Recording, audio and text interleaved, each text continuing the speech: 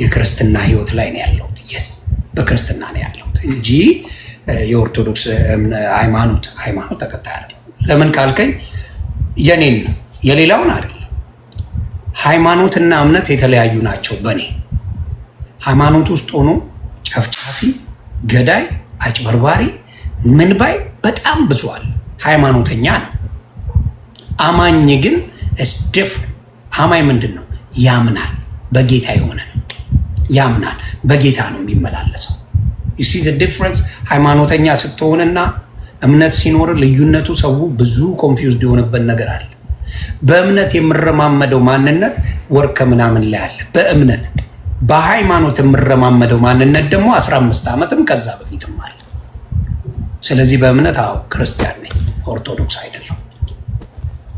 በግልጽ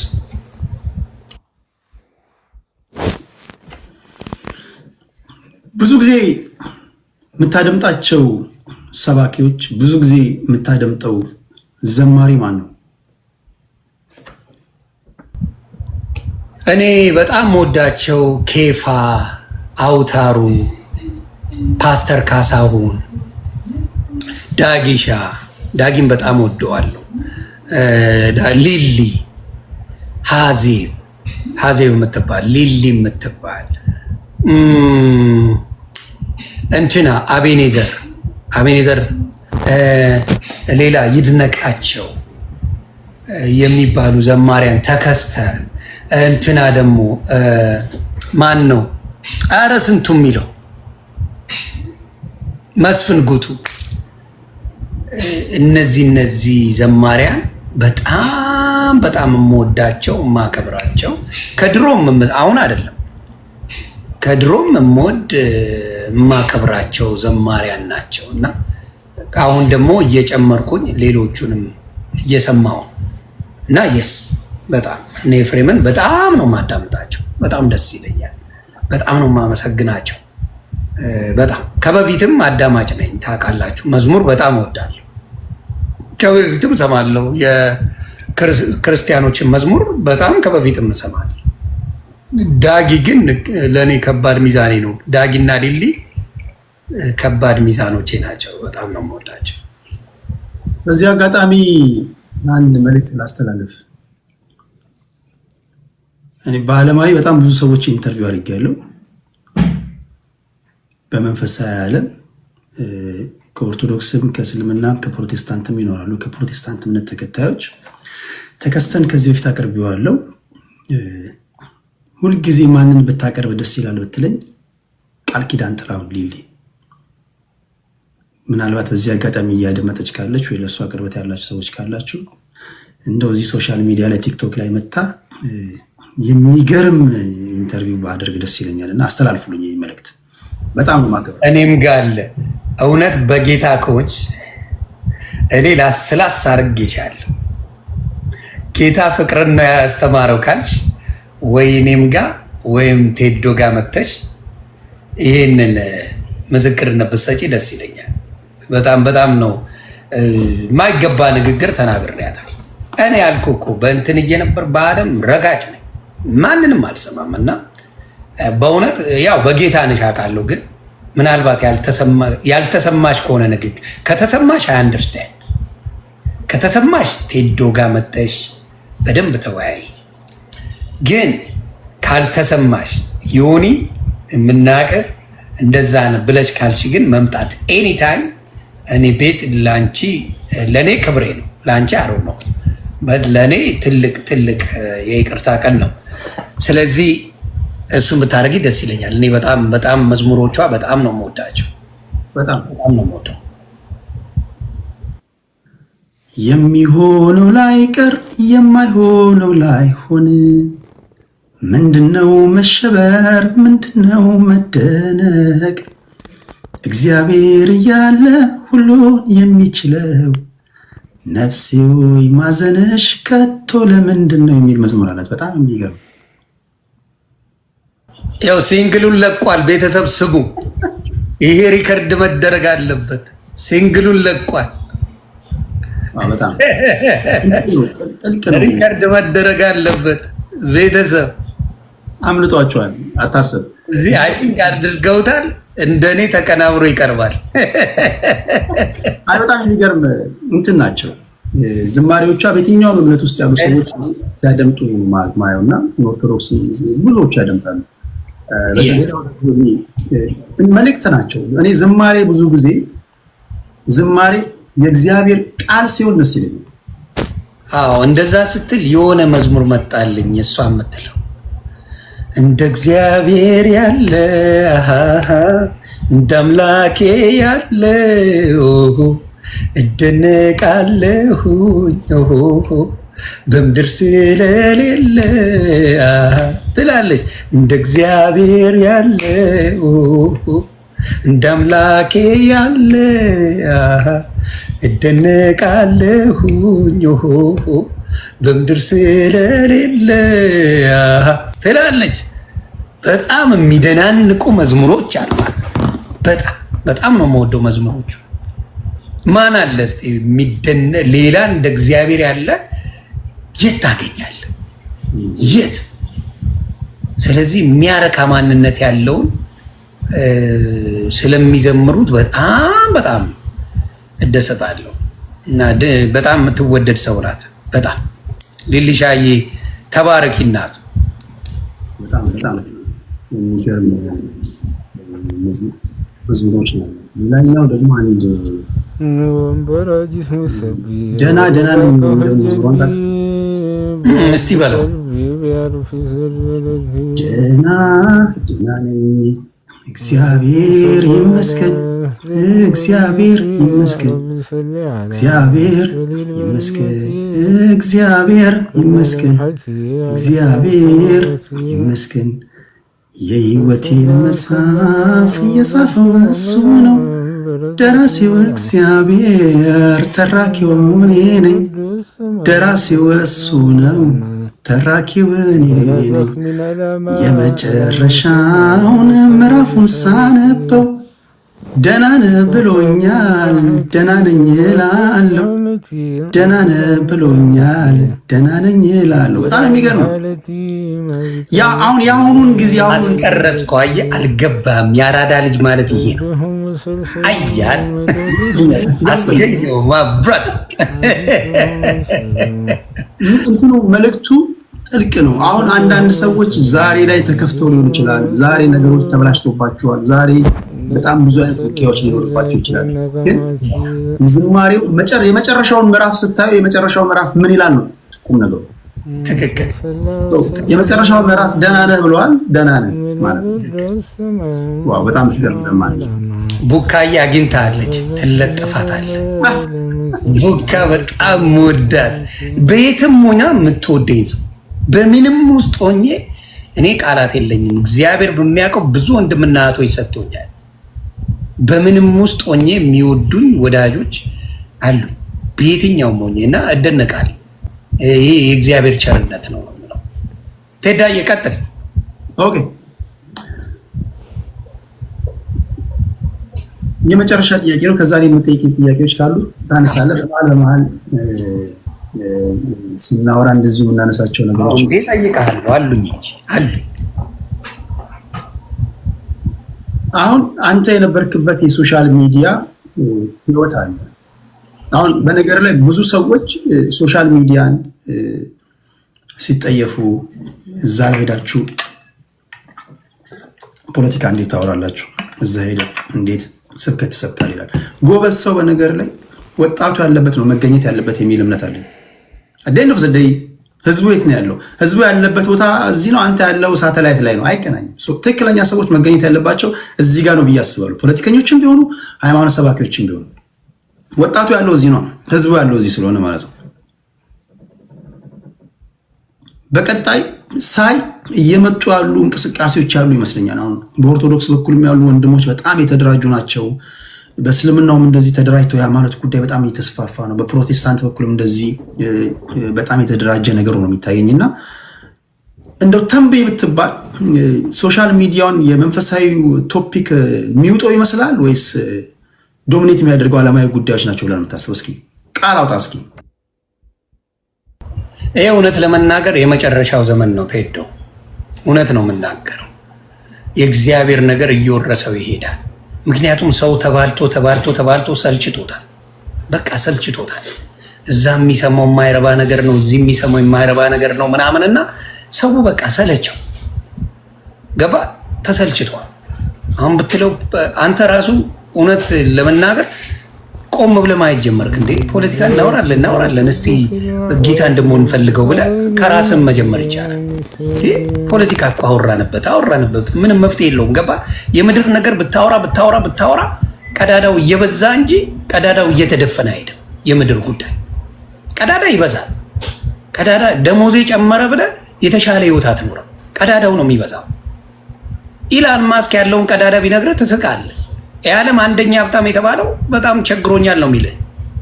ቀዳዳዎቹ ብዙ ናቸው። እና ልልም የምፈልገው ምንድን ነው ሶሻል ሚዲያ ላይ ብዙ ነገር ሰው ሰለቸው። በቃ ስድድቡ ምኑ ስለሰለቸው ሞር የሚያሳርፍ ነገር ፈላጊ በዝቷል። ስለዚህ አብሶሉትሊ ወንጌል ይወርሰዋል።